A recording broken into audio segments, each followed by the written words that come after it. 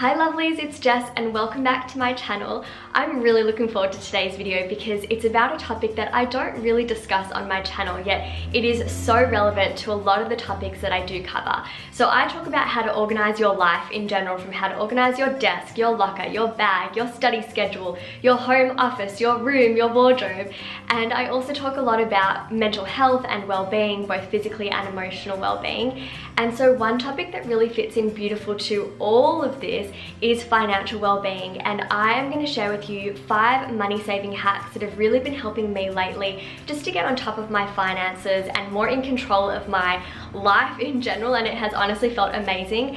And I'm going to talk to you about financial well-being and how I have really been able to improve my financial well-being, and I'm so happy to be saying that I get to partner with ANZ for this video.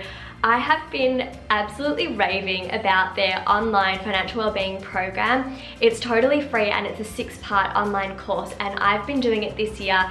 And if you follow me on Instagram, Study with Jess, you would know I've been saying it's probably the best thing. It really is the best thing I've done for myself this entire year, and actually in a long time, because it's just really given me peace of mind and a greater level of awareness and control over my finances and my life. So what is financial well-being? Basically, it is how well or comfortably we're able to meet our current financial commitments, and also our financial resilience for being able to maintain these in the future.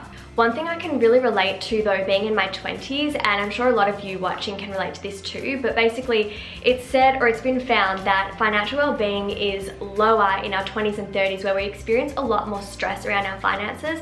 So that's why this is the time, absolutely, to get on top of your financial spending and saving habits and really optimize not only your spending and saving habits and budgeting habits, but your mindset around money as well. So before I get into my 5 money saving hacks and how I've optimized my financial well-being, I wanted to just share with you a little bit about this 6-part online program that ANZ has put together online. Now, it's completely free to sign up and take part in it, and I really recommend that you do. Basically, the 6 different modules that it covers are around planning your spending, creating a budget, getting clear on and also setting saving goals, also organizing your money and managing debt, and investing in your future. So I'll leave it as a link down below in the description box, and when you click it, the first thing you get to do is calculate your financial well-being score out of 100, and it's relative to other people your age, so it just gives you an idea of where you sit, and I found this really helpful before taking part in the program too. Alright, I want to share with you the first money-saving hack that has really been helping me. So it's all about knowing my spending and setting a budget. Now, it was a long afternoon with multiple cups of tea going through all of my bank statements, but I finally did it, and I worked out exactly where all of our money is going as a household. What are we spending every month on personal expenses, household expenses, and then setting ourselves a family monthly budget so that we can meet all of our bills. The second money-saving hack is that I have been tracking all of our expenses through a very detailed spreadsheet. I could do this the old school way, pen and paper, but I just feel like this is a nice, easy way to keep on top of our finances.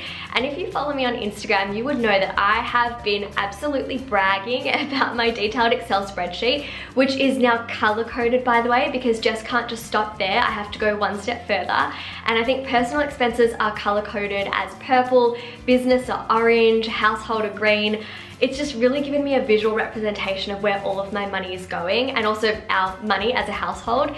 And I have found it so cathartic to just organize my finances in this way. It just gives me this amazing sense of control. I am such a control freak, but this brings me a lot of joy.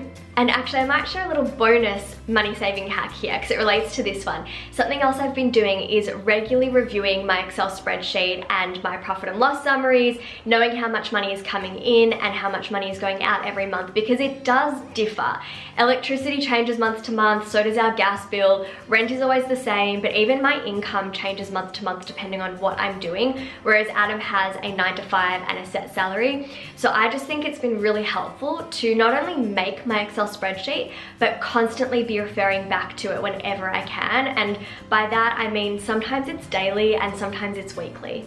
The third money-saving hack that I've been putting into practice is to really start investing in my future. And this is as simple as just having my direct debit set up so that a certain amount of money goes into my rainy day account every month. And it doesn't have to be a large amount, by the way. I was reading a really good book, I think it's called The Latte Effect, or it talks about the latte effect, whereby the amount of money that you would spend on a cup of coffee every day or a latte, it's only a few dollars, but if you set aside $3, $4, $5 every single day like you would for buying yourself a cup of coffee or a tea, herbal tea in my case, you can save a significant amount of money by the end of that year, in 5 years time, in 10 years time. It's about making little consistent actions that really add up in the future.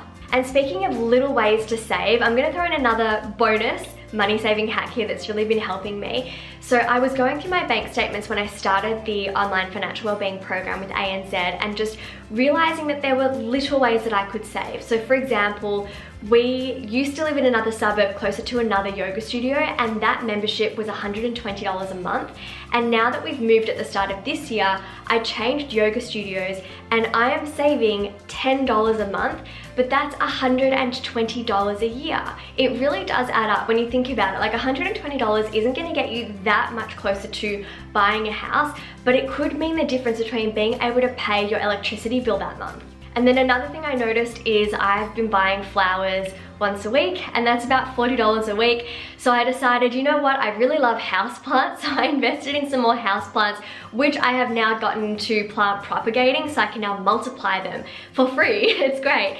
And I only buy myself flowers on special occasions, or sometimes if I plan on filming for YouTube in bulk, then I like to treat myself, but I'm saving myself $40 a week when I'm not buying flowers. So again, that adds up a lot. In fact, I'm saving more by not buying flowers weekly than by changing my yoga membership. The fourth money saving hack, this is a big one. This has made the world of a difference for how I save.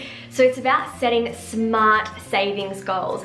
I talk about goal setting so much on this channel, especially around the start of a new year, but I can't stress how much more helpful it has been for me to set smart goals around my finances. And by smart, I mean they're specific, measurable, achievable, realistic, and timely. Now, our current financial goal is to save for a deposit for a house. And while that was our goal, for example, last year, the way that we're going about it is so different now, because in the past, it was basically like we'd just say to ourselves, all right, we need a lot of money to buy a house, so we shouldn't be spending much. But we didn't really know when we were going to achieve this goal, exactly how much we needed, what our budget was, how much we were spending month to month, and how much we had left over. It was just really, really unclear. And so no wonder we weren't actually being that great at saving. So now I am so excited by this because it really gives me something to look forward to and work towards. So on my phone, I've got the ANZ app and I've got 2 different bank accounts for saving. I've got 2 financial savings goals that I've put into place.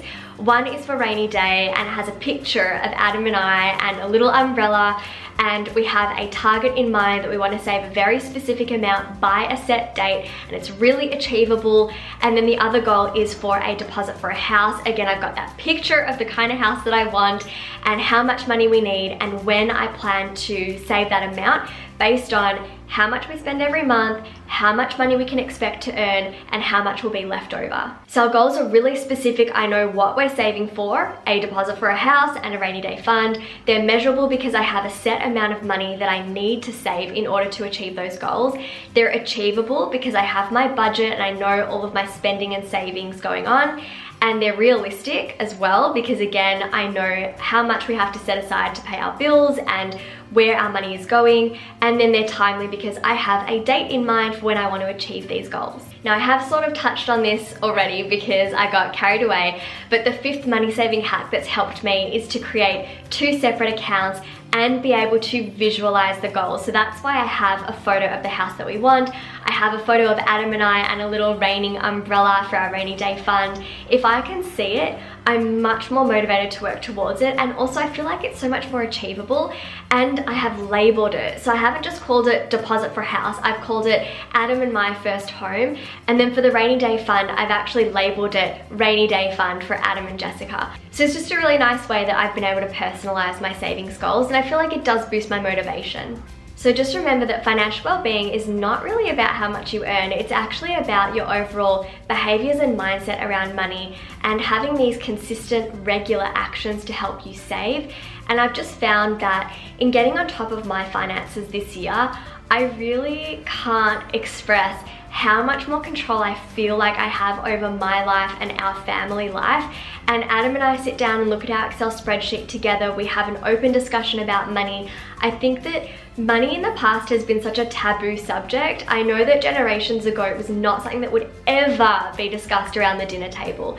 And I just think that in talking to you about how to organize your life, how to live well, how to optimize your well-being and your mental health, talking about financial well-being is a really important piece of that puzzle. So I hope that you've all really enjoyed today's video or this week's video. So click the link below or head to anz.com/financial wellbeing to take part in their 6-part online program with me. It is totally free and, like I said, one of the best things I've done for myself in a very long time.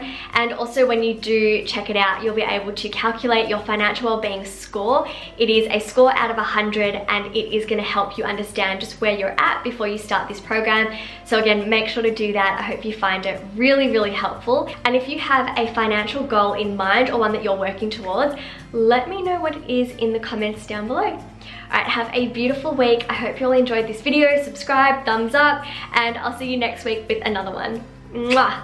Bye, lovelies.